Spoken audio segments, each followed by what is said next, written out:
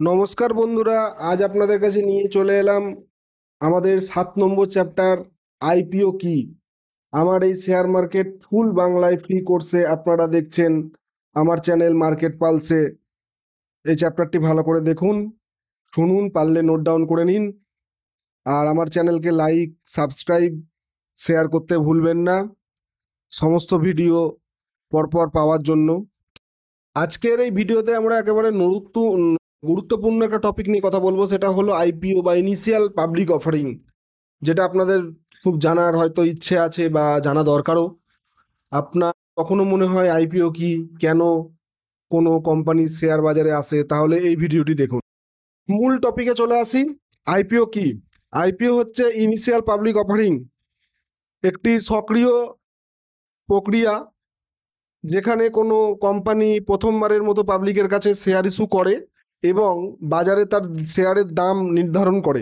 এক কথায় private কোম্পানিগুলি public company হয়ে ওঠে এবং সাধারণ মানুষ বা ইনভেস্টররা সেই শেয়ার কিনে কোম্পানির অংশীদার হতে পারে। দেখুন, প্রথমে কোম্পানি প্রাইভেটলি ওন্ড ছিল, তারা ব্যাংক, ইনভেস্টর বা এক্সিকিউটিভদের মাধ্যমে টাকা উঠিয়েছিল, কিন্তু যখন তারা বাজারে আসতে চায় তখন তারাই প্রথমবারের মতন শেয়ার বাজারে শেয়ার বিক্রি করে। এটিকেই আইপিও বলা হয়ে থাকে।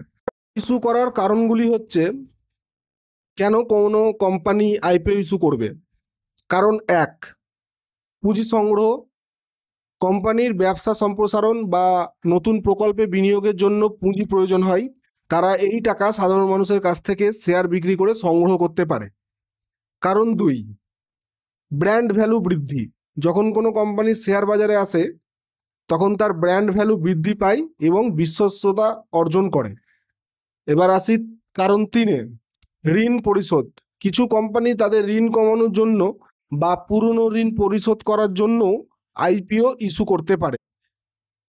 আইপিওর এই টোটাল প্রক্রিয়াটা কিভাবে হয় একটু চলুন আপনাদের বলে দিই। আইপিও প্রক্রিয়া কিভাবে কাজ করে। প্রথমে কোম্পানি প্রস্তুতি নেয়, কোম্পানি তাদের ফিনান্সিয়াল রিপোর্ট প্রস্তুত করে এবং তারপর সেটিকে সেবির কাছে পৌঁছায় এবং সেবির কাছে পারমিশন নেয়।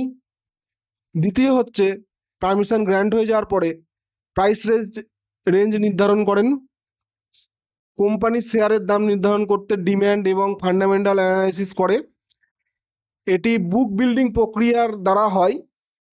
শেয়ার বাজারে লিস্টিং, একবার শেয়ার বিক্রি হয়ে গেলে কোম্পানির শেয়ার এনএসি ও বিএসিতে লিস্টেড হয়। এরপরে মানুষ সেই শেয়ার কেনা এবং বেচা করতে পারে।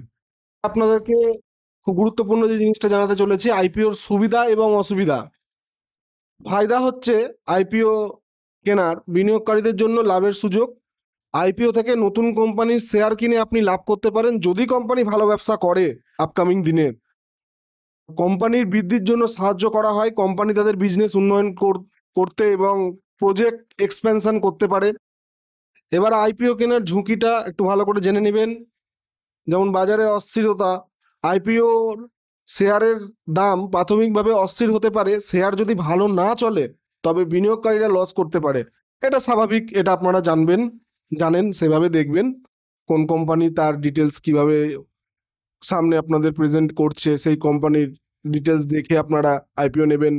সুবিধা অসুবিধা আপনারা কন্ট্যাক্ট করবেন, আমাকে কমেন্টে জানাবেন, আমি আপনাদের হেল্প করব যতটা পারা যায়। এবার আসি অস্পষ্ট আর্থিক অবস্থা। কিছু কোম্পানি তাদের অর্থনৈতিক পরিস্থিতি স্পষ্টভাবে প্রকাশ না করেও আইপিও ইস্যু করে দেয়, যা ঝুঁকি তৈরি করতে পারে। একটু দেখে নেবেন আইপিও কেনার সময়। আইপিও কেন কিনবেন বা কেন কিনবেন না? কেন কিনবেন? যদি আপনি মনে করেন কোম্পানির ভবিষ্যৎ ভালো এবং কোম্পানি ভালো পরিকল্পনা করেছে, তাহলে আইপিও কেনা যেতেই পারে।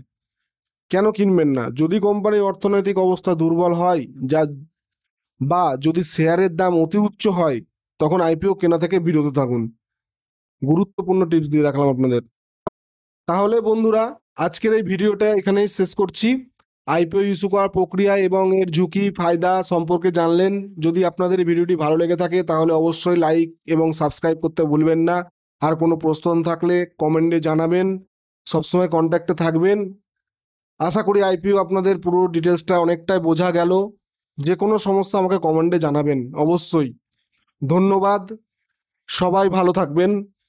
আর একটা ছোট কথা আপনাদের বলি, যদি আমার কথাতে কিছু অসুবিধা হয় আমি আপনাদের কাছে ক্ষমা প্রার্থী, একটু ম্যানেজ করে নেবেন। আমি চেষ্টা করব আমার কথাকে আরো স্পষ্ট করার। Thank you.